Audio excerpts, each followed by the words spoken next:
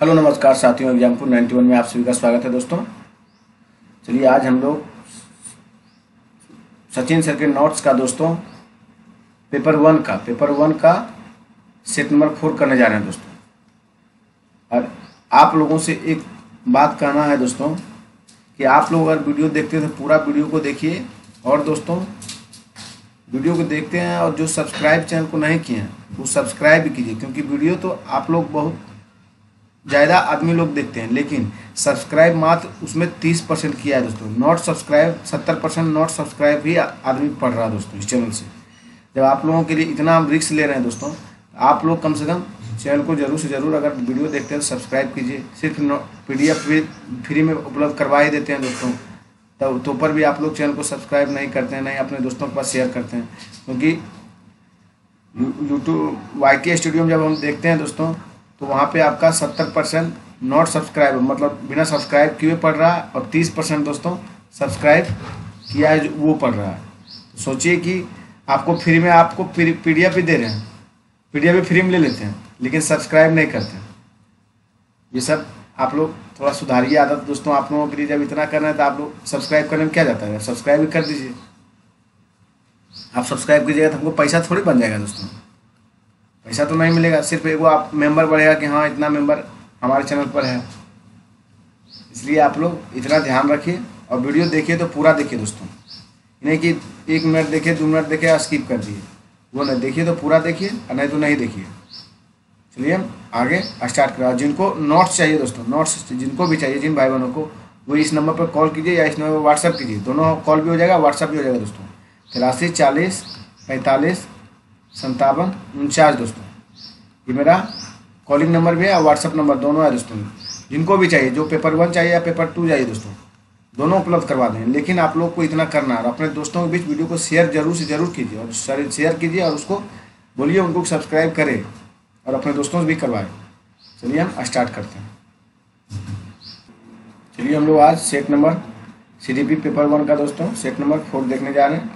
Question 101 से start है दोस्तों। चलिए आराम से पढ़िएगा। जिन प्याजे के सिद्धांत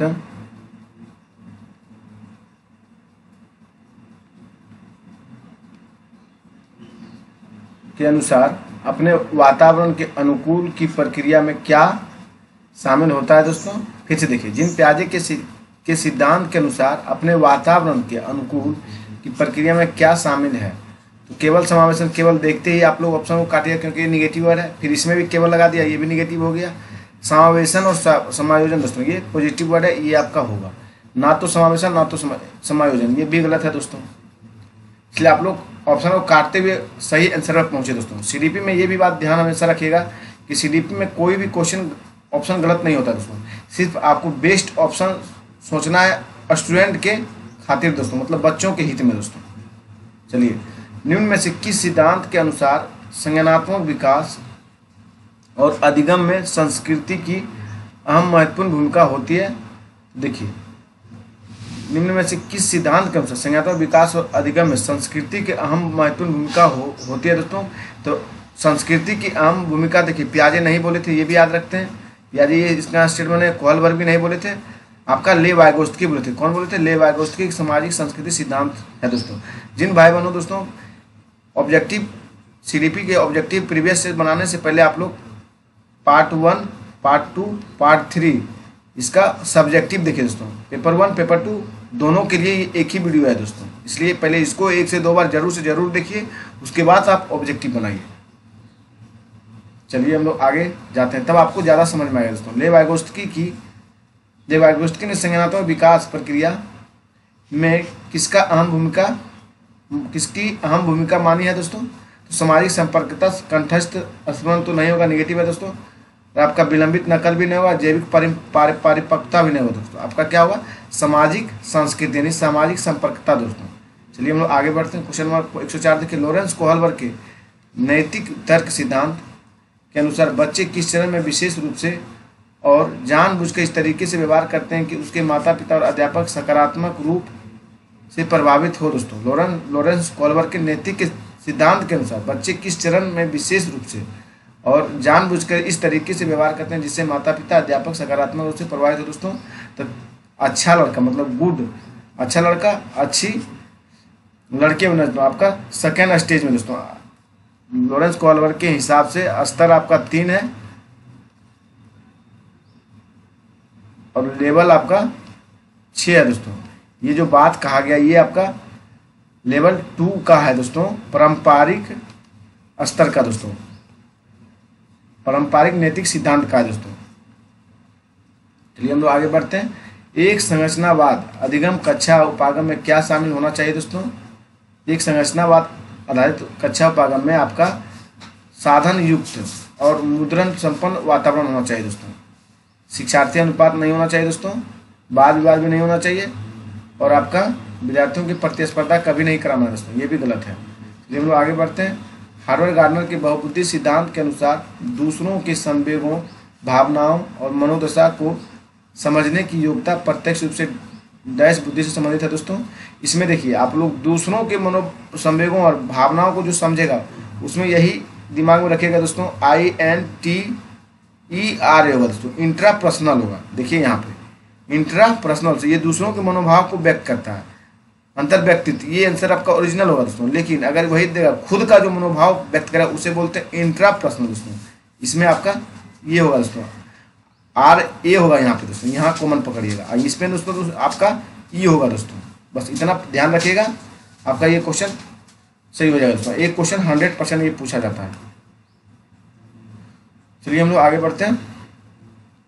एक अध्यापिका को कक्षा में विभिन्न प्रकार की पठन सामग्री प्रदान करके एक मुद्रक प्रिंट सम्मिलित वातावरण सृजित करना चाहिए। देखिए भाषा विकास वातावरण कारकों से प्रभावित नहीं होता है। देखिए दोस्तों आपका ये तो सही है, लेकिन भाषा विकास वातावरणीय कारकों से प्रभावित होता है दोस्तों, यहाँ दिया नहीं, इसलिए आपका ये गलत है दोस्तों। ये तो सही है लेकिन R आपका गलत है। चलिए हम लोग आगे बढ़ते हैं। जेंडर एक डैश संप्रदाय जबकि लिंग डैश है। जेंडर एक क्या है? जैविक है। सॉरी दोस्तों, जेंडर एक सामाजिक है और लिंग एक जैविक है दोस्तों। जेंडर कैसा है? सामाजिक संप्रदाय और जैविक एक लिंग है दोस्तों। चलिए हम लोग आगे बढ़ते हैं। एक सांस्कृतिक विविधता वाले स्कूल में चौथी कक्षा के विद्यार्थी राज्य दिवस पर बहु नृत्य प्रस्तुत करने की तैयारी कर रहे हैं। क्या हुआ? क्षेत्रीय पक्षपात घटाने में मददगार होंगे? क्यों? देखिए तो आपका हो जाएगा दोस्तों हाँ, दूसरे जातीय और क्षेत्रीय समूहों के लोगों के संबंध में सहयोग द्वारा, ये बात सही है दोस्तों। फिर आपका देखिए हाँ, अंतर व्यक्तित्व समझ और दृष्टिकोण की समझ बढ़ेगी, ये भी बात सही है। आपका 3 आंसर से होगा दोस्तों। लेकिन नहीं या विद्यार्थियों के दिमाग में भेद देंगे तो ये गलत है दोस्तों। नहीं अपने और दूसरे समूह के प्रति प्रीति पत्रता को बढ़ावा देगा, ये भी गलत है दोस्तों। दोनों 3 और 4 आपका गलत है, 1 और 2 आपका सही है दोस्तों। फिर से देखिए क्या बोला, एक सांस्कृतिक विविधता वाले स्कूल में चौथी कक्षा के विद्यार्थी राज्य दिवस पर बहु नृत्य प्रस्तुत करने की तैयारी कर रहे हैं। यह क्षेत्रीय पक्षपात घटाने में मददगार होगा? क्योंकि क्यों? तो दोनों देख लीजिए दोस्तों, समझिए। चलिए हम लोग आगे बढ़ते हैं। अधिगम का सामाजिक संरचनात्मक उपागम निम्न में से किस आधार का पर मूल्यांकन को बढ़ाता है दोस्तों? आपको सहयोगात्मक प्रोजेक्ट कार्य द्वारा दोस्तों। क्या बोला गया? फिर से देखिए, अधिगम का सामाजिक संरचना उपागम निम्न में से किस आधार पर मूल्यांकन को बढ़ाता है? तो सहयोगात्मक प्रोजेक्ट कार्यों के द्वारा दोस्तों। देखिए जो गलत है उसको देखिए, मुक्त प्रत्यास्मरण आधारित। देखिए प्रत्यास्मरण कभी कराना है दोस्तों। एक शब्द के जवाब वाले समूह, एक शब्द वाले नहीं तो अनेक बहुआयामी होना चाहिए। मानकीकृत देखते ही आप लोग काटिए। चलिए आगे बढ़िए। समालोचनात्मक सोच के संदर्भ में कौन सा कथन सही है? तो समालोचनात्मक सोच मुक्त रट कर, ये देखिए देखते हुए रट कर देखिए और काटिए। अधिगम प्रक्रिया समालोचनात्मक सोच अर्थहीन है, ये भी अर्थहीन है दोस्तों। अर्थहीन आपका यहाँ निगेटिव है, इसलिए ये भी गलत। समालोचनात्मक सोच ज्ञानात्मक विकास के बाधक नहीं है दोस्तों। विद्यार्थियों को चिंतन हेतु समय देकर समालोचनात्मक सोच को बढ़ाया जा सकता है, एकदम सही है दोस्तों। आपका 4 सही है। चलिए आगे बढ़ते हैं हम लोग। भाषा एवं चिंतन के संदर्भ में जिन प्याजे के अनुसार निम्न में से कौन सी कथन सही है दोस्तों? चिंतन भाषा का निर्धारण करता है, यही आपका सही है दोस्तों। चिंतन जो है भाषा का प्याजे के अनुसार, तो भाषा एवं चिंतन के संदर्भ में जिन प्याजे के अनुसार कौन सा कथन सही है? तो चिंतन भाषा का निर्धारण करता है दोस्तों। 100% सही है दोस्तों। आप वाइगोत्स्की बोल रहे हैं कि भाषा पहले आता है, चिंतन बाद में दोस्तों, इसलिए ये सब आपका गलत है। चलिए हम लोग आगे बढ़ते हैं। जेंडर एक अवधारणा है तो सामाजिक है दोस्तों। कैसी अवधारणा? सामाजिक अवधारणा। चलिए हम लोग चलते हैं। एक प्रगतिशील स्कूल में दी गई शिक्षा बच्चों को डैश बनाते हैं तो सक्रिय अन्वेषक बनाता है। क्या बनाता है? तो सक्रिय अन्वेषक दोस्तों। निष्क्रिय अनुयायी नहीं हो सकता, तो सक्रिय अनुयायी भी नहीं हो सकता, निष्क्रिय अन्वेषक भी नहीं हो सकता।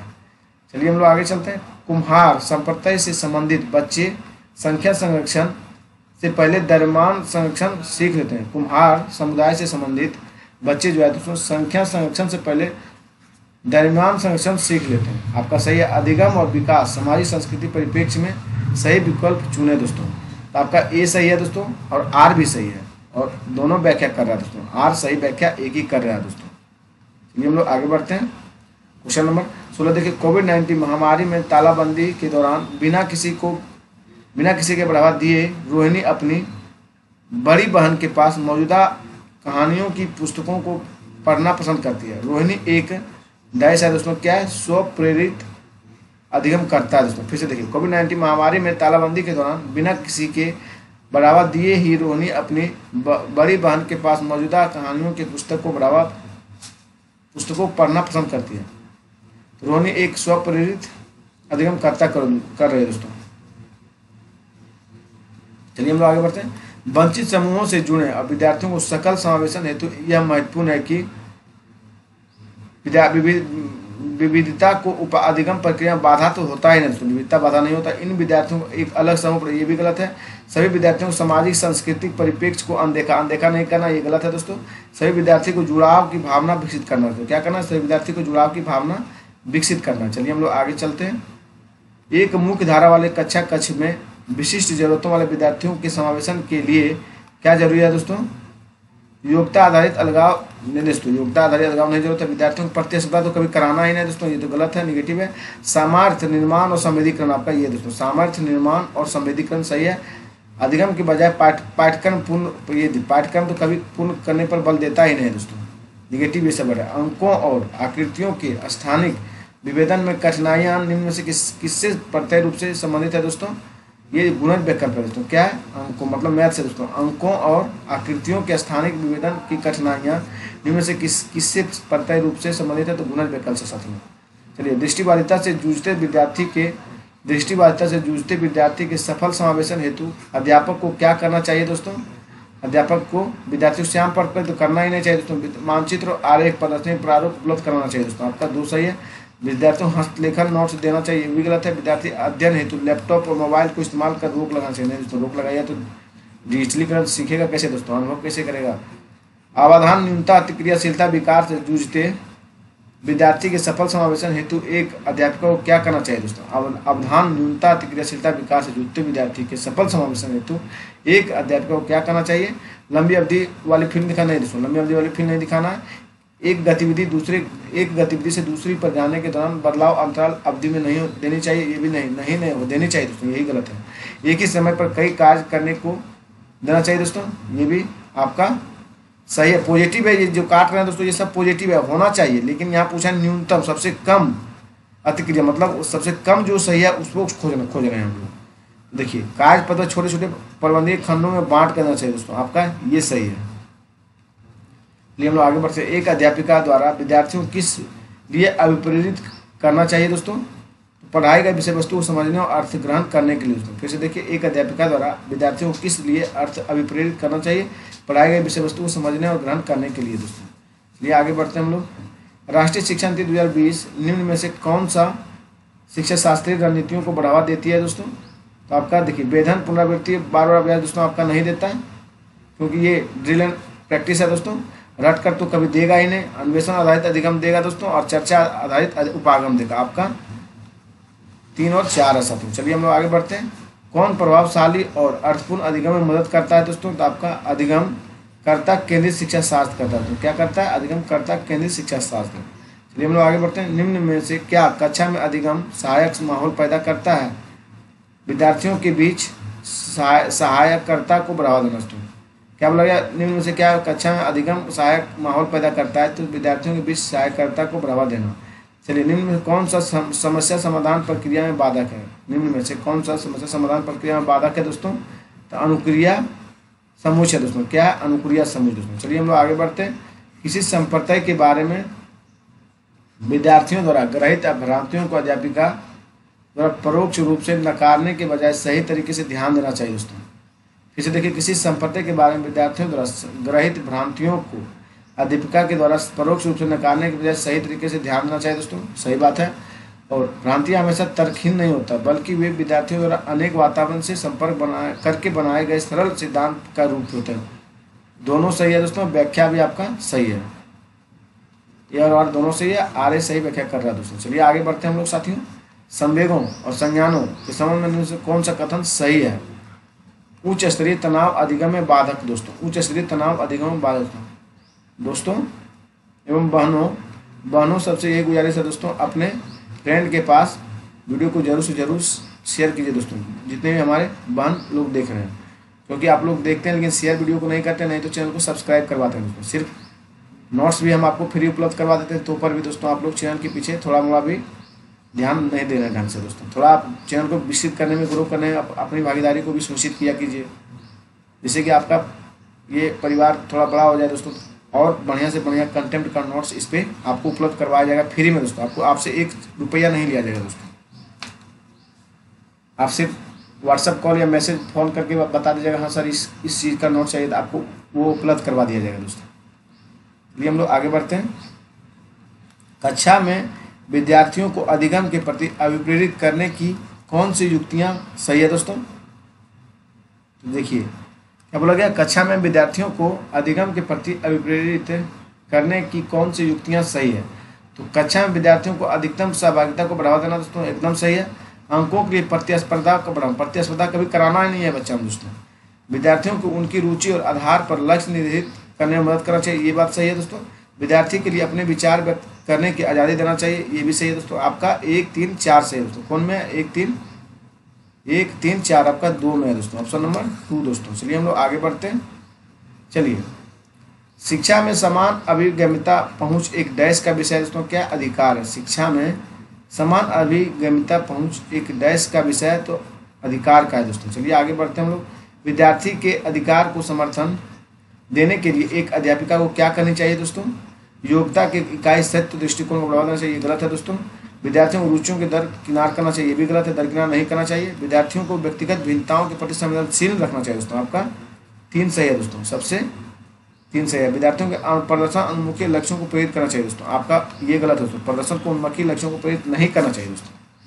चलिए हम लोग आगे बढ़ते हैं। कौन सा क्रियाकलाप बच्चों को सीखने में उनके पूर्व ज्ञान का उपयोग नहीं करता है दोस्तों? तो देखिए, जो नहीं करता है वो आपका रटना दोस्तों। बच्चों को कभी भी आपको पढ़ाना है, टीचर बनिएगा तो कभी आप बच्चे को रटने की विधि को नहीं सिखाइएगा दोस्तों, क्योंकि ये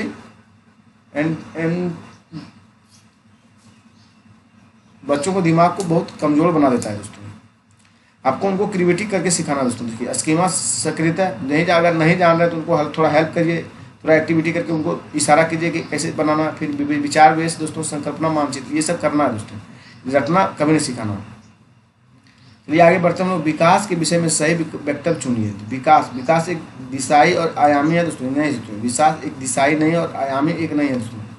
विकास परिवर्तनीय है, ये आपका सही है। विकास कैसी है? परिवर्तनीय है दोस्तों। चलिए हम लोग चलते हैं। एक बच्चा सिर्फ मूर्त वस्तुओं के साथ ही समस्या का समाधान कर सकता है। उसकी समस्या समाधान की यह विशेषता किस स्तर के अंतर्गत आती है दोस्तों? ये मूर्त संक्रियात्मक अवस्था के अंतर्गत आती है दोस्तों। ये भी जानिए कि मूर्त संक्रियात्मक अवस्था जो है दोस्तों, कितना से कितना एज होता है? ये आपका 7 से 11 वर्ष की उम्र में आपका मूर्त मतलब दोस्तों बच्चे के अंदर ये सब चीज़ गुण आ जाएगा दोस्तों। कार्ड आपका तसल आप लोग भी करते होंगे बच्चे में, या आपके घर में जो बच्चे होंगे उनको देखिएगा, किसी के प्रति कोई भी चीज़ खेलेंगे दोस्तों समूह बना के, फिर आपका संरक्षण करना दोस्तों। कोई भी चीज़ को जमा करेंगे, कार्ड हुआ, कुछ भी हुआ जो जमा करेंगे, वस्तु को संग्रह करेंगे दोस्तों, ये आपका 7 से 11 वर्ष के उम्र में हो जाएगा दोस्तों। फिर समृद्धि गामक अवस्था दोस्तों 0 से 2 वर्ष होता है दोस्तों। इसमें छिपी हुई वस्तुओं को वो खोज देंगे दोस्तों, खोज लेते हैं। अब पूर्व संख्यात्मक अवस्था दोस्तों ये आपका 2 से 6 वर्ष होता है दोस्तों। अब औपचारिक दोस्तों 11+ एज का होता है, एडोलेसेंस इसे बोलते हैं। फॉर्मल ऑपरेशन स्टेज ये है दोस्तों। चलिए हम लोग आगे बढ़ते हैं। कक्षा में सकारात्मक उपकारी अधिगम माहौल निर्मित करने के लिए निम्न से क्या मददगार रहेगा दोस्तों? सभी विद्यार्थियों को सहभागिता के समान अवसर देना चाहिए दोस्तों, सही बात है दोस्तों, आपका एक ही सही है। योग्यता आधारित अटल समूह बनाना ये गलत है दोस्तों। योग्यता आधारित अटल समूह नहीं बनाना चाहिए। कक्षा में केवल उच्च लब्धि हासिल करने के लिए बच्चों को ध्यान, ये भी गलत है। विद्यार्थियों को किसी भी तरीके से उच्च अंक प्राप्त करने को उत्तेजित नहीं करना है दोस्तों। इसलिए हम लोग आगे चलते हैं। कौन सा मानदंड निर्देशित आकलन है दोस्तों? तो अधिगम के न्यूनतम स्तर को मानक निर्धारित करने वाला परीक्षण आपका मानदंड निर्देशित आकलन है दोस्तों। आपका ये एक सही है दोस्तों। सतमकता और आकलन पर आधारित मानने वाला परीक्षण ये आपका गलत है। जेड स्कोर आकलन ये भी आपका गलत है, ये भी आपका गलत है दोस्तों। चलिए हम लोग आगे बढ़ते हैं। शिक्षकों को बाल विकास की गहन समझ होनी चाहिए, सही बात है दोस्तों। बच्चों के विकास और अधिगम प्रक्रिया के बारे में जानकर शिक्षक शिक्षा को अर्थपूर्ण और रोचक बना सकते हैं। दोनों सही है दोस्तों। ए आर सही है, आर एक सही व्याख्या कर रहा है दोस्तों। चलिए हम लोग आगे चलते हैं। वह सिद्धांत जो विकास के विभिन्न चरणों और तौर पर व्याख्यायित करते हैं और वे मानते हैं कि विकास एक डैश है। विकास क्या है? रुक रुक कर होता है दोस्तों। फिर से एक बार देखिए दोस्तों थोड़ा। वह सिद्धांत जो विकास के विभिन्न चरणों के तौर पर व्याख्यायित करते हैं वे मानते हैं कि विकास रुक रुक कर होता है। चलिए, समाजीकरण का एक प्राथमिक संस्था जबकि डैश समाजीकरण की एक द्वितीयक संस्था। समाजीकरण जो है पहले आपका परिवार जो है दोस्तों, परिवार आपका फर्स्ट नंबर में आएगा दोस्तों। समाजीकरण का एक प्राथमिक संस्था है, जबकि दूसरा मीडिया आएगा दोस्तों। दूसरा विद्यालय आ जाए, मीडिया आ जाए, कुछ भी आए दोस्तों, आपका द्वितीय समीकरण, द्वितीय संस्था है दोस्तों। चलिए हम लोग आगे चलते हैं। जिन प्याजे के अनुसार उस प्रक्रिया को क्या कहते हैं जिसमें मौजूदा स्कीमा या संरचनाओं को रूपांतरित किया जाता है ताकि सीधे सपाट तरीके से समझने में आने वाली बाधा को दूर किया जा सकता है दोस्तों। तो ये समायोजन कहलाता है। क्या कहलाता है? समायोजन दोस्तों। फिर से देखिए, जिन प्याजे के अनुसार उस प्रक्रिया को क्या कहते हैं जिसमें मौजूदा स्कीमा या संरचनाओं को रूपांतरित किया जाता है ताकि सीधे सपाट तरीके से समझने में आने वाली बाधा दूर हो जाए, समायोजन कहते हैं। तो इंग्लिश में इसे एकोमोडेशन कहेंगे दोस्तों। क्या कहेंगे? एकोमोडेशन। चलिए हम लोग आगे बढ़ते हैं।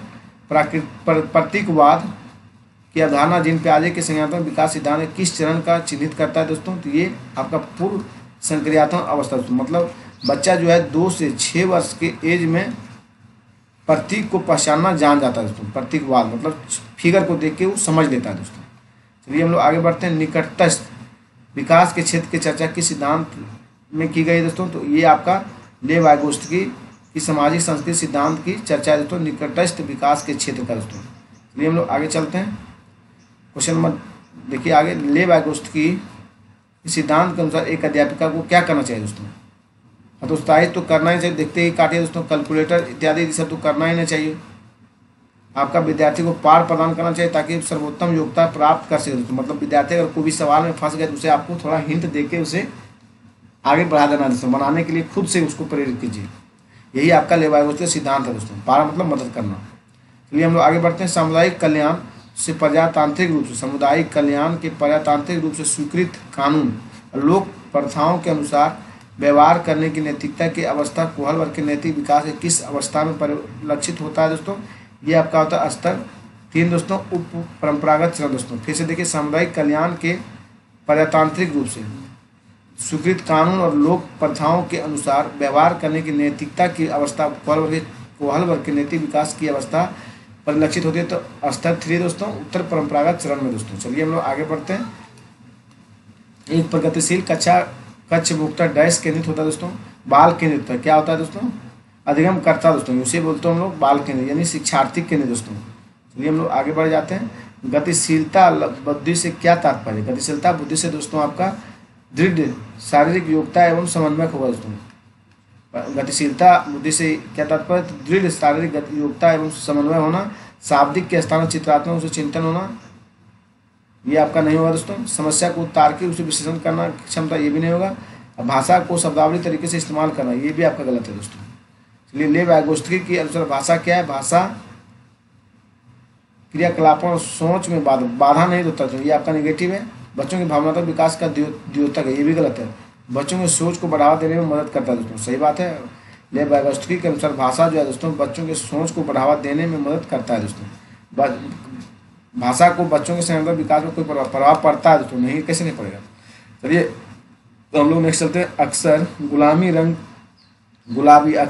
रंग के रंग को लड़कियों से और नीले रंग के लड़कों से जोड़ना इनमें से किसे दर्शाता है दोस्तों? जेंडर रूढ़िवादिता को दर्शाता है। किसे दर्शाता है? जेंडर रूढ़िवादिता दोस्तों। चलिए, विद्यार्थियों में पनपी रूढ़िबद्ध धारणाओं को चुनौती देने के लिए क्या महत्वपूर्ण है दोस्तों? इस तरह के उदाहरण प्रस्तुत करना जो उस प्रकार रूढ़िबद्ध धारणाओं को नकारते हैं दोस्तों। मतलब विद्यार्थी को इस तरह से हमें समझाना है कि जो काम लड़का कर सकता है, बॉय कर सकता है, वो काम लड़की भी कर सकती है दोस्तों। आपको उदाहरण देना है कल्पना चावला का दोस्तों, फिर आपका इस तरह जो सिद्धांतवादी हैं दोस्तों, जो कि करके दिखाए हैं, उनके बारे में आप उनको चर्चा करके बताइए। तो विचेंद्री पाल के बारे में बताना दोस्तों। ये सब की कहानी आप बच्चों को सुनाइए जिससे वो रूढ़िबद्ध धारणाओं से ऊपर उठ सके दोस्तों। जो लड़का करेगा वो लड़की भी कर सकती है। एक अध्यापिका कक्षा सत्र खत्म हो जाने के बाद अपने विद्यार्थियों को अपनी कक्षा के सर्वाधिक भ्रमित करने वाले पहलुओं या सर्वाधिक महत्वपूर्ण बिंदुओं के बारे में लिखने के लिए कहती है, जिससे कि वह ये समझ सके कि विद्यार्थी ने क्या ग्रहण किया और वह अपने अध्यापन के अगले चरण के बारे में विचार कर सके। अध्यापिका द्वारा यहाँ किस प्रकार के आकलन का इस्तेमाल किया जा रहा है दोस्तों? तो रचनात्मक आकलन। तो किस तरह रचनात्मक, मतलब आपका हो जाएगा इंग्लिश में दोस्तों फॉर्मेटिव असेसमेंट दोस्तों। देखिए फिर से, एक अध्यापिका अपने विद्यार्थी को अपनी कक्षा के सर्वाधिक भ्रमित करने वाले पहलुओं या सर्वाधिक महत्वपूर्ण बिंदुओं के बारे में लिखने के लिए कहती है, जिससे कि वह ये समझ सके कि विद्यार्थी ने क्या ग्रहण किया और वह अपने अध्यापन के अगले चरण के बारे में विचार कर सके। अध्यापिका द्वारा यहाँ की किस प्रकार का आकलन इस्तेमाल किया जा रहा है? तो रचनात्मक फॉर्मेटिव असेसमेंट का दोस्तों। चलिए हम लोग आगे बढ़ते हैं। शिक्षार्थियों में समालोचनात्मक चिंतन के सुमंत करने के लिए अध्यापक को विद्यार्थियों को किस बात के लिए प्रोत्साहित करना चाहिए दोस्तों? कंठस्थ तो कभी करना नहीं, स्थान पर तो करना नहीं दोस्तों। अपने सहपाठियों द्वारा साझा किए गए बहुविध दृष्टिकोण को विमर्श करने के लिए दोस्तों। आपका 3 सही है दोस्तों, पॉजिटिव पूरा है। अपने विचारों को दूसरे में साझा ना करना, साझा करना चाहिए दोस्तों, ना करने यहाँ गलत दिया गया। चलिए हम लोग आगे बढ़ते हैं। किसी चीज़ के विषय में नूतन और असाधारण रूप से सोचना और समस्या के निदान के लिए अनोखा समाधान ढूंढने की क्षमता क्या कहलाती है? ये दोस्तों सृजनात्मकता कहलाता है, क्रिएटिविटी दोस्तों। किसी चीज़ के विषय में नूतन या असाधारण रूप से सोचना और समस्या के निदान के लिए अनोखा समाधान ढूंढने की क्षमता क्या कहते हैं? सृजनात्मकता दोस्तों। चलिए आगे बढ़ते हैं हम लोग।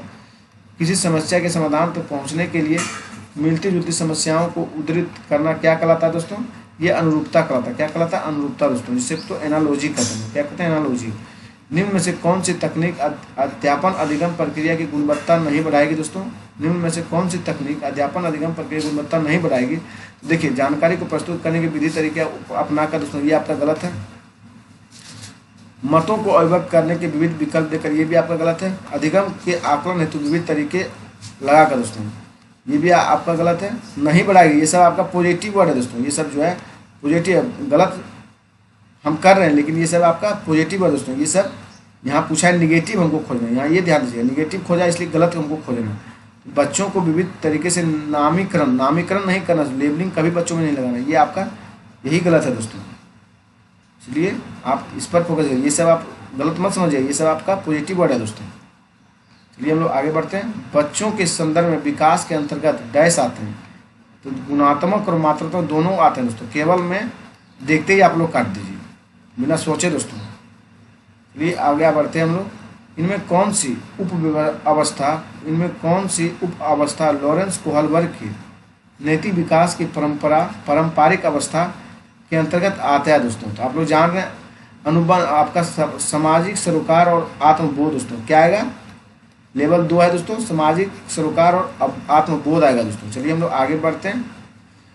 किसी संप्रदाय पर चर्चा करते समय अध्यापिका को विभिन्न परिवेशों से संबंधित उदाहरण देना चाहिए दोस्तों। अधिगमकर्ता शिक्षा के साथ एक जुड़ाव की भावना विकसित कर पाते हैं अगर उनके सामाजिक संस्कृति परिवेश से संबंधित उदाहरणों और अनुभवों को चर्चा में शामिल किया जाए दोस्तों। दोनों सही है दोस्तों, आपका ये और आर दोनों से व्याख्या भी सही है दोस्तों। चलिए हम लोग आगे चलते हैं दोस्तों।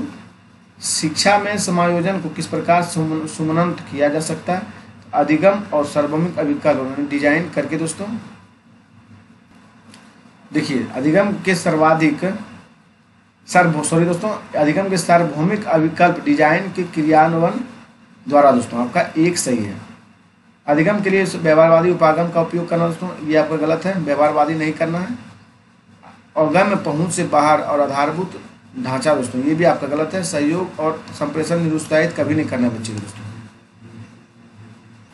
चलिए हम लोग नेक्स्ट क्वेश्चन की ओर बढ़ते हैं। क्वेश्चन नंबर 159 देखिए दोस्तों। निम्न में से कौन सी विकलांगता मुख्य रूप से सामाजिक अंतर क्रियाओं और संप्रेषण में कठिनाइयों से संबंधित है दोस्तों। ये आपका स्वालीनता है दोस्तों। क्या है? स्वालीनता। इसे हम लोग अंग्रेजी में कहते हैं ऑटिज्म दोस्तों। क्या कहते हैं? ऑटिज्म। सामाजिक अंतर क्रियाओं और संप्रेषण में कठिनाई से संबंधित है दोस्तों स्वालीनता। चलिए हम लोग आगे बढ़ते हैं। आपकी कक्षा में एक दृष्टिबाधित विद्यार्थी है, तो अनुदेशात्मक अनुकूलन के रूप में आप किस उपागम को अपनाएंगे? तो दोस्तों विभिन्न प्रकार की स्पर्श करने वाली सामग्री का इस्तेमाल करना होता है। विभिन्न प्रकार के स्पर्श करने वाली सामग्री का इस्तेमाल करके हम अपनाएंगे दोस्तों। चलिए हम लोग आगे बढ़ते हैं। रियान ने 3 वर्षों की अवस्था में ही बिना किसी औपचारिक प्रशिक्षण और सहयोग के कविताएं एवं गीत रचना आरंभ कर दिया तथा वह बिना किसी बाह्य अभिप्रेरणा के इनका आनंद भी लेता है। यह विशेष रूप से किसका द्योतक है दोस्तों? ये आपका प्रगति प्रतिभाशाली होना दोस्तों। फिर से देखिए, रियान ने 3 वर्ष की अवस्था में ही बिना किसी औपचारिक प्रशिक्षण और सहयोग के कविताएं एवं गीत रचना आरंभ कर दिया दोस्तों। तो वह बिना किसी बाह्य अभिप्रेरणा के इनका आनंद भी लेता है। तो दोस्तों यह विशेष रूप से किसका उद्योतक है? प्रतिभाशाली मतलब गिफ्टेड बच्चा है दोस्तों। अवलोकन द्वारा अधिगम सुसाइड करने हेतु एक अध्यापक को अधिगमकर्ताओं को सबसे पहले क्या करने का सुझाव देना चाहिए दोस्तों? उनके द्वारा अनुकरण की गई क्रियाओं का आकलन दोस्तों। प्रतिमान क्रियाओं का ध्यान रखना आपका दोस्तों 2 होगा, तो प्रतिमान क्रियाओं का ध्यान रखना दोस्तों। फिर से देखिए क्या बोला गया? अवलोकन के दौरान सीखने के दौरान सीखने को सुसाइड करने हेतु एक अध्यापक के अधिगमकर्ताओं को सबसे पहले क्या करने का सुझाव देना चाहिए? तो प्रतिमान की क्रियाओं का पर ध्यान देना चाहिए। चलिए हम लोग आगे बढ़ते हैं। विद्यार्थियों की स्वयं के अधिगम पर विमर्श चिंतन करने की योग्यता को क्या कहा जाएगा दोस्तों? तो अधिसंज्ञान क्या जाएगा? क्या कहा जाएगा? अधिसंज्ञान। देखिए फिर से देखिए, A student ability to reflect on their own learning is called दोस्तों क्या होगा? मेटाकॉग्निशन हो जाएगा। विद्यार्थियों की स्वयं के अधिगम पर विमर्श चिंतन करने की योग्यता को क्या कहा जाता है? अधिसंज्ञान कहते हैं। हिंदी में से हम लोग अधिसंज्ञान कहते हैं। चलिए आगे बढ़ते हैं। एक अध्यापिका द्वारा छोटे बच्चों के उनके परिवेश संबंधित अनुभवों की अनदेखी करनी चाहिए। सही बात है दोस्तों। विद्यालय में अधिगम विद्यार्थियों के सामाजिक संस्कृति संदर्भ से अलग करके होना चाहिए दोस्तों। आपका दोनों सही है दोस्तों। सॉरी दोस्तों, फिर से देखिए गलत हम बोल दिए। एक अध्यापक द्वारा छोटे बच्चों के उनके परिवेश संबंधित अनुभवों को अनदेखी यहाँ नहीं करना चाहिए। यहाँ देखिए ध्यान से क्वेश्चन पढ़ना है एग्जाम में दोस्तों। विद्यालयों के अधिगम विद्यार्थियों सामाजिक संस्कृति संदर्भ में अलग करके होना चाहिए। अलग करके नहीं होना चाहिए दोस्तों, सामूहिक होता है जब भी। आपका दोनों है गलत दोस्तों। चलिए हम लोग आगे बढ़ते हैं। कौन सा कथन अधिगम के बारे में सही नहीं है? तो आपका दोस्तों सही गलत खोजना है। देखिए, अधिगम में अपने आसपास के परिवेश तथा अंतःक्रिया शामिल होते हैं। ये आपका ट्रू है दोस्तों, मतलब सत्य है। अधिगम एक सक्रिय प्रक्रिया, ये भी आपका ट्रू है दोस्तों। ये भी आपका ऑप्शन सत्य है, ध्यान रखिएगा। अधिगम व्यक्तिगत कारकों को प्रभावित करता है, ये भी आपका सत्य है दोस्तों। लेकिन अधिगम सामाजिक संदर्भों से हटकर स्वतंत्र रूप से होता है, ये आपका निगेटिव है दोस्तों, ये आपका गलत है। चलिए, जब एक विद्यार्थी किसी समस्या को एक तरीके से प्रस्तुत करने पर अटक जाती है तो वह किस अवस्था में होता है दोस्तों? वे होते हैं प्रतिक्रियाओं का समूह दोस्तों। क्या होते हैं? प्रतिक्रियाओं का समूह। यानी दोस्तों आपका हो गया क्या? Response set. फिर से देखिए, एक विद्यार्थी किसी समस्या को एक ही तरीके से प्रस्तुत करने पर अटक जाते हैं, तब वह किस अवस्था में होता है? प्रतिक्रियाओं का समुच्च पर दोस्तों। चलिए हम लोग आगे बढ़ते हैं। अधिगम की प्रक्रिया को त्रुटियों के बारे में क्या सही है? अधिगम की प्रक्रिया में त्रुटियों के बारे में क्या सही है साथियों? त्रुटियां में कोई भूमिका नहीं होती है, ये गलत है दोस्तों। होती है, यहाँ पे गलत है। त्रुटियां अर्थपूर्ण है और उन पर चर्चा होनी चाहिए, ये आपका 100% सही है दोस्तों। त्रुटियां एक अर्थपूर्ण और उन पर चर्चा होनी चाहिए। कहाँ गलती है, किस जगह गलती हो रहा है, उसके बारे में सोचना चाहिए, उसमें सुधारना चाहिए। अध्यापक द्वारा त्रुटियों पर ध्यान नहीं, ये गलत है दोस्तों। ध्यान तो देना ही चाहिए। त्रुटियों को नकारात्मक प्रॉब्लम द्वारा संबोधित, ये भी आपका गलत है। नकारात्मक प्रॉब्लम देखते ही काटिए। निम्नलिखित में कौन सा संवेग विद्यार्थियों को अधिगम के प्रति अभिप्रेरित कर सकता है दोस्तों? ये आपका उम्मीद होगा। क्या होगा? उम्मीद। क्या बोला? निम्नलिखित में से कौन सा संवेग विद्यार्थियों को अधिगम के प्रति अभिप्रेरित कर सकता है? उम्मीद दोस्तों। चलिए आगे बढ़ते हैं हम लोग। निम्नलिखित में से कौन सा कथन अभिप्रेरित शिक्षण की पहचान नहीं है दोस्तों? क्या नहीं है? विद्यार्थियों द्वारा प्रश्न पूछना। विद्यार्थी बहुत से प्रश्न पूछते हैं, ये आपका गलत है दोस्तों। और निगेटिव में वो खोजना है। अगर पॉजिटिव के हिसाब से देखें दोस्तों तो ये आपका सही है, लेकिन हमको निगेटिव खोजना है। कक्षा में एकदम सन्नाटा, यहाँ तक कि उनके अनुभव साझा करने के लिए कहा जाए, ये भी आपका ये आपका निगेटिव है दोस्तों। एकदम सन्नाटा नहीं होना चाहिए, ये आपका निगेटिव है दोस्तों। शिक्षार्थी को अपनेपन का बोध, ये आपका पॉजिटिव है। विद्यार्थियों तक पूर्व अधिगम और नवीन अधिगम का अंतर कर पाते हैं, ये भी सही है दोस्तों। निम्नलिखित में से किसके द्वारा अधिगम में बाधा पहुंचने की संभावना है दोस्तों? योग्यता के समृद्धियात्मक दृष्टिकोण पर विश्वास, ये आपका गलत है। विशिष्ट पहचान अस्मिताओं के बारे में प्रचलित रूढ़िबद्ध धारणाओं को बढ़ावा देना चाहिए दोस्तों, ये आपका सही है दोस्तों, क्योंकि इसके द्वारा पूछा गया अधिगम में बाधा पहुंचने की संभावना दोस्तों, यही आपका सही है, क्योंकि विशिष्ट पहचान के बारे में प्रचलित रूढ़िबद्ध धारणाओं को बढ़ावा देना चाहिए दोस्तों, ये आपका गलत है दोस्तों। व्यक्तिगत रुचि और स्वतंत्र को बढ़ावा देना चाहिए, ये सब दोस्तों पॉजिटिव है। चलिए हम लोग आगे बढ़ते हैं। भय अवरोध कभी पैदा ही नहीं करना चाहिए दोस्तों क्लास में। अधिगम अधिक प्रभावशाली होगा यदि पढ़ाई जाने वाली विषय वस्तु बहुविध विधियों के माध्यम से प्रस्तुत किया जाता है दोस्तों। क्या होगा? अधिगम अधिक प्रभावशाली होगा दोस्तों। चलिए हम लोग आगे बढ़ते हैं। हार्वर्ड गार्डनर के बहुबुद्धि सिद्धांत के अनुसार इनमें से कौन सी बुद्धि जटिल आंतरिक भावनाओं को पहचानने और उनका प्रयोग करने, अपने आचरण को दिशा देने की योग्यता से संबंधित है दोस्तों? ये होगा अंतः व्यक्तित्व होगा दोस्तों। क्या होगा? क्या बोला गया? फिर से देखिए, हार्वर्ड गार्डनर बहुबुद्धि सिद्धांत के अनुसार इनमें कौन सी बुद्धि जटिल आंतरिक भावनाओं को पहचानने, आंतरिक मतलब अपनी भावनाओं को पहचानने, उनका प्रयोग करने का आचरण को उनका प्रयोग करके अपने आचरण की दिशा देने की योग्यता से संबंधित है। तो क्या होगा? अंतर व्यक्ति दोस्तों, मतलब यहाँ ए वाला होगा दोस्तों, इंट्रा पर्सनल इंटेलिजेंस दोस्तों। और जो दूसरे को मन को भावनाओं को जानेगा उसमें ई लगा रहेगा दोस्तों, इंट्रा पर्सनल हो जाएगा। चलिए हम लोग आगे चलते हैं साथियों। बनो निम्न में से कौन सी विधि अधिगम के लिए आकलन हेतु उपयुक्त है दोस्तों? बच्चे के संप्रदाय बुद्धि के नियमित प्रलेखीकरण दोस्तों, बच्चे के संप्रदाय बुद्धि का नियमित प्रलेखीकरण दोस्तों। चलिए हम लोग आगे चलते हैं। आंशिक दृष्टि वाले विद्यार्थियों के लिए निम्न में से कौन सी अधिगम सामग्री उपयुक्त है? तो ये आपका बड़े प्रिंट छपी पुस्तकें दोस्तों। क्या बोला? आंशिक दृष्टि वाले विद्यार्थियों के लिए निम्न में कौन सी अधिगम सामग्री उपयुक्त है दोस्तों? बड़े प्रिंट में छपी पुस्तकें, 3 आयामी मानचित्र चार्ट, ये भी होगा दोस्तों, पॉजिटिव है। छोटे छोटे वाले कार्यपत्र, ये भी होगा दोस्तों, लेकिन छोटे छोटे कार्यपत्र नहीं होगा दोस्तों। सॉफ्टवेयर जो कि मूल पाठक के वाक में परिवर्तित हो, ये कर सकते हैं दोस्तों। 1, 2 और 4 आपका सही है दोस्तों। चलिए हम लोग आगे बढ़ते हैं। समस्या समाधान के संदर्भ में किसी समस्या को एक ही तरीके से प्रस्तुत करने पर अटक जाना क्या कहलाता है दोस्तों? अनुक्रिया समझ कहलाता है, मतलब रिस्पॉन्स सेट कहलाता है दोस्तों। क्या कहलाता है? Response set. फिर से देखिए, एक समस्या समाधान के संदर्भ में किसी समस्या को एक ही तरीके से प्रस्तुत करने पर अटक जाने क्या कहलाता है? अनुक्रिया समुच्चय दोस्तों। क्या कहलाता है? अनुक्रिया समुच्चय। चलिए हम लोग आगे बढ़ते हैं। किसी विद्यार्थी की योजना बनाने, जांचने और मूल्यांकन करने और अपने ही अधिगम में परिवर्तित करने की क्षमता क्या कहलाती है दोस्तों? ये आपका अधिसंज्ञान मेटाकॉग्निशन कहलाता है दोस्तों। फिर से देखिए, किसी विद्यार्थी को योजना बनाने, जांचने, वर्ड पकड़िएगा दोस्तों, मूल्यांकन करने और अपने ही अधिगम में परिवर्तन करने की क्षमता क्या कहलाती है? मेटाकॉग्निशन, मतलब अधिसंज्ञान कहलाता है। चलिए हम लोग आगे बढ़ते हैं। विकास का शीर्षगामी सिद्धांत क्या कहलाता है? विकास दर सभी संस्कृतियों में एक समान, विकास कभी एक समान नहीं होता दोस्तों, आपका ये गलत है। विकास और निरंतर होती है, ये भी गलत है दोस्तों। विकास सिर से पैर की तरफ बढ़ता है। विकास किस तरह होता है शीर्षगामी में दोस्तों? विकास सिर से पैर की तरफ बढ़ता है। इसे हम लोग क्या करते हैं? चलिए हम लोग आगे बढ़ते हैं दोस्तों। कौन सा स्थूल गतिक कौशल का उदाहरण दोस्तों? स्थूल मतलब दोस्तों आपका हो गया मोटर स्किल। क्या हो गया दोस्तों? मोटर स्किल हो गया,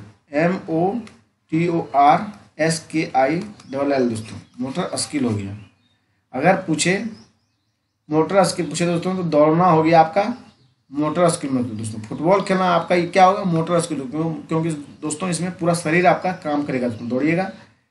और देखिए, फाइन मोटर स्किल में जो होता है उसमें सुई से धागा पिना, ये सब फाइन मोटर स्किल का मतलब सूक्ष्म का उदाहरण है दोस्तों। किसका? सूक्ष्म कौशल का उदाहरण है।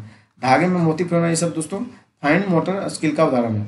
लिखने के लिए पेंसिल पकड़ना, ये सब भी फाइन मोटर का स्किल का उदाहरण दोस्तों। लेकिन फुटबॉल से खेलना ये आपका मोटर स्किल का उदाहरण दोस्तों। चलिए हम लोग आगे चलते हैं। विद्यालय बच्चे के समाजीकरण में एक महत्वपूर्ण भूमिका निभाता है। विद्यालय जो है दोस्तों बच्चे के समाजीकरण में एक महत्वपूर्ण भूमिका निभाता है। धार्मिक संस्थाएं समाजीकरण की प्राथमिक कारक है? नहीं दोस्तों, धार्मिक संस्थाएं जो प्राथमिक कारक नहीं है, ये द्वितीय कारक है। कैसा कारक है? द्वितीय। ये सही है लेकिन आर गलत है आपका दोस्तों। चलिए हम लोग आगे बढ़ते हैं। जीन पियाजे के संज्ञानात्मक सिद्धांत अनुसार किस चरण पर बच्चों जटिल समस्याओं के समाधान में तर्क का इस्तेमाल करने में सक्षम होता है दोस्तों? ये आप लोग जान रहे हैं। मूर्त संक्रियात्मक अवस्था में दोस्तों बच्चे तर्क करने के लिए सक्षम हो जाते हैं दोस्तों। ये इसका एज है दोस्तों 7 से 11 वर्ष दोस्तों। ज्ञानेंद्रियों के माध्यम से जो चीज़ देखते हैं दोस्तों, छिपी हुई वस्तुओं को खोजते हैं, ये आपका संवेदी गामक होगा। पूर्व संक्रियात्मक अवस्था दोस्तों ये इसका 2 से 6 वर्ष। इसमें दोस्तों फिगर को पहचानना जान जाते हैं। औपचारिक एडोलेसेंस है दोस्तों 11 वर्ष। इसलिए फिर से देखिए, जीन पियाजे के संज्ञानात्मक सिद्धांत के अनुसार किस चरण के बच्चे जटिल समस्याओं को समाधान में तर्क का इस्तेमाल करने में सक्षम होते हैं? ये हो जाएगा मूर्त संक्रियात्मक अवस्था दोस्तों। चलिए आगे बढ़ते हैं हम लोग। बच्चे जब नई जानकारी से सामना करते हैं तो वे अपनी मानसिक संरचना स्कीमा का संशोधन करते हैं। जीन पियाजे के शब्दावली में यह प्रक्रिया क्या कहलाती है? तो एकोमोडेशन कहलाता है, मतलब समायोजन कहते हैं दोस्तों। क्या कहते हैं? समायोजन। से हम लोग अंग्रेजी में एकोमोडेशन करते हैं। फिर से देखिए, जब बच्चे जब एक नई जानकारी से सामना करते हैं, नई जानकारी को सीखते हैं, वे अपनी मानसिक संरचना से, जैसे बच्चे कुत्ता देखा, उसके जस्ट तुरंत वो बिल्ली देख लिया दोस्तों। तो आप कुत्ता को तो पता है कि 4 पैर वाला जानवर सभी कुत्ता होता बताए हुए, लेकिन आप अगर उसे बिल्ली दिखा देते, बिल्ली को भी बच्चा कुत्ता ही बोला दोस्तों। तो यही हो गया कि नए ज्ञान, यहाँ बोला है ना क्या कि नए ज्ञान नई जानकारी से सामना करते हैं, तुरंत इसको बताइएगा नहीं बेटा ये बिल्ली है, तो बिल्ली जो बताए ये अपने नए ज्ञान में तुरंत जोड़ेगा दोस्तों कि नहीं 4 पैर वाला जानवर कुत्ता ही नहीं होता, बिल्ली भी होता है। यही हो गया समायोजन दोस्तों। इसी को हम लोग क्या कहते हैं? एकोमोडेशन दोस्तों। चलिए आगे बढ़ते हैं। निम्न में से किस संप्रदाय की व्याख्या लेव एगोस्की ने नहीं की दोस्तों? किस संप्रदाय की व्याख्या लेव एगोस्की ने नहीं की थी दोस्तों? सामाजिक अनुबंध और विन्यास का नहीं किया है दोस्तों। ये आपका किस चरण का है? आप लोग जान रहे हैं, लॉरेंस कोहलबर्ग का दोस्तों, लेवल 6 का है। लॉरेंस कोहलबर्ग का दोस्तों। पार का किया था, समीपस्थ विकास का क्षेत्र किए थे वाइगोस्की ने दोस्तों, और निजी वाक्य किए थे दोस्तों, निजी वाक्य भी किए थे। चलिए आगे बढ़ते हैं। लेव वाइगोस्की के अनुसार डैश हमारी संज्ञानात्मक संरचनाओं और चिंतन प्रक्रिया के निर्माण में महत्वपूर्ण भूमिका निभाते हैं। तो किसमें दोस्तों? सामाजिक संपर्कता में दोस्तों। किसमें निभाते हैं? सामाजिक संपर्कता में। चलिए आगे बढ़ते हैं। लॉरेंस कोहलबर्ग के अनुसार नैतिक विकास के स्तर में सही क्रम क्या है दोस्तों? देखिए, पहले आपका पूर्व पारंपरिक अवस्था आएगा दोस्तों, पहला स्टेज, फिर दूसरा पारंपरिक स्तर, तीसरा उत्तर पारंपरिक दोस्तों। लेव स्तर आपका 3 ही है दोस्तों। देखिए, स्तरों की पूछा स्तर आपका 3 है, लेकिन लेवल अगर पूछे, लेवल आपका 6 है दोस्तों। प्रत्येक स्तर में 2-2 सिद्धांत दिया हुआ है। लेवल आपका 6 है, याद रखिएगा, पूछ देता है क्वेश्चन दोस्तों। प्रगतिशील शिक्षा सुझाती है कि डैश शिक्षक प्रगतिशील शिक्षा सुझाती है कि डैश शिक्षक नियोजन का केंद्र होनी नहीं चाहिए दोस्तों। तो ये आपका विद्यार्थी प्रशिक्षण शिक्षा सुझाती है कि विद्यार्थी शिक्षण शैक्षिक नियोजन का केंद्र होना चाहिए दोस्तों। आपका 4 सही है दोस्तों। चलिए हम लोग आगे बढ़ते हैं।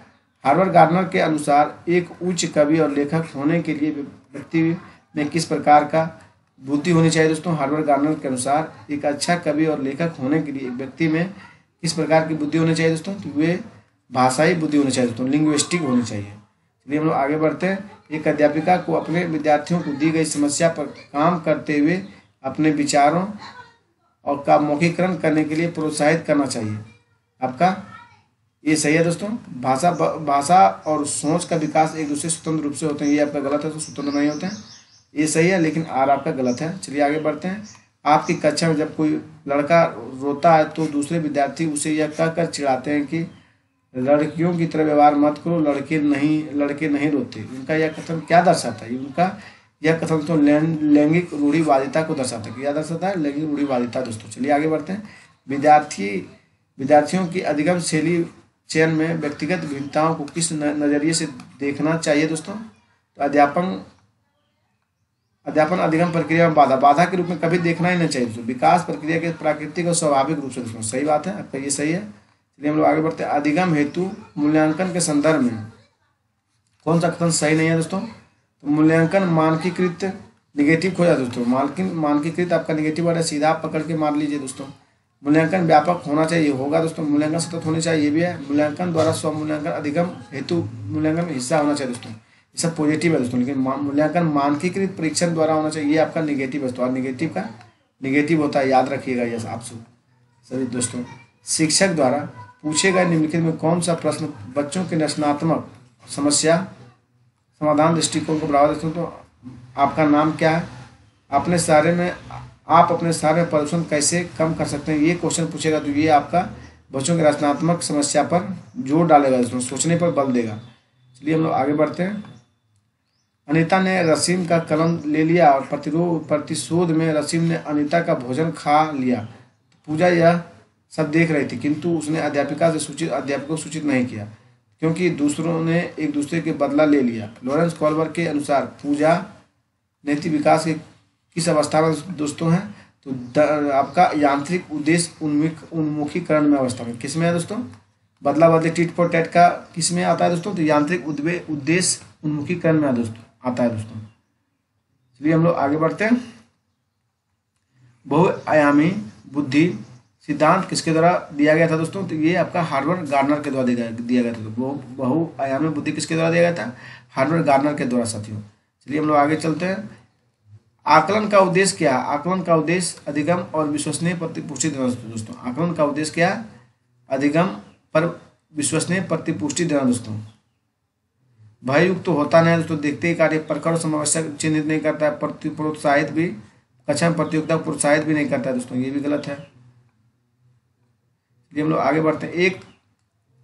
एक प्राथमिक विद्यालय अध्यापक के रूप में आप कक्षा में अधिगम निषकता वाले बच्चे की सहायता के लिए आकलन को कौन सी युक्ति प्रयोग करेंगे? प्रदत्त कार्यों को मूल्यांकन वर्तनी को महत्व नहीं देंगे दोस्तों। फिर से एक बार इसको देखिए। एक प्राथमिक विद्यालय के अध्यापक के रूप में आप कक्षा में अधिगम निषकता वाले बच्चों की सहायता के लिए आकलन की कौन सी युक्ति पर प्रयोग करेंगे? तो प्रदत्त कार्यों के मूल्यांकन वर्तनी को महत्व नहीं देंगे दोस्तों। चलिए, मीरा विद्यालय के बाद गिटार का अभ्यास करती है, वह इस कार्य से प्रेम करती है और यह उसे संतुष्टि देता है। यह क्या दर्शाता है दोस्तों? ये आपका आंतरिक प्रेरणा दर्शाता है, इंट्रिक मोटिवेशन है दोस्तों, आंतरिक प्रेरणा देता है। चलिए हम लोग आगे बढ़ते हैं। हाशिए पर स्थित समूहों से आने वाले विद्यार्थियों को सामाजिक संस्कृति ज्ञान के प्रति किस तरह का दृष्टिकोण होना चाहिए दोस्तों? उसे नकार देना चाहिए और अध्यापन अधिगम प्रक्रिया शामिल करके बचना चाहिए दोस्तों। क्या बोला गया? हाशिए पर स्थित समूह से आने वाले विद्यार्थियों को सामाजिक सांस्कृतिक ज्ञान के प्रति किस तरह का दृष्टिकोण होना चाहिए दोस्तों? उसे नकार देना चाहिए और अध्यापन अधिगम प्रक्रिया शामिल करने से बचना चाहिए। देखिए, जो गलत है उसको देखिए। उसने अध्यापन अधिगम प्रक्रिया अर्थहीन मानना चाहिए, गलत है दोस्तों। उसे मान देना चाहिए और अध्यापन अधिगम प्रक्रिया में शामिल करना चाहिए दोस्तों, ये भी गलत है। उसे दूसरे समूहों के विद्यार्थियों द्वारा ग्रहण सामाजिक सांस्कृतिक ज्ञान कमतर तो कभी समझना है दोस्तों, ये आपका गलत है।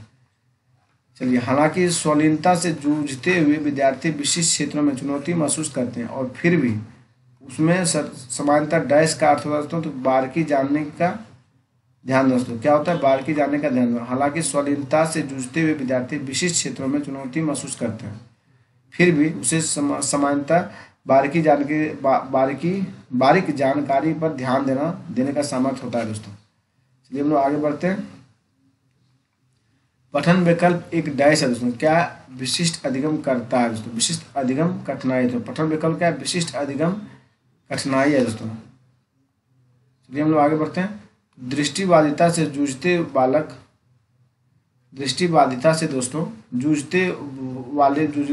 वाले विद्यार्थी के समावेशन में निम्न में से कौन सा कारक बाधा बन जाता है दोस्तों?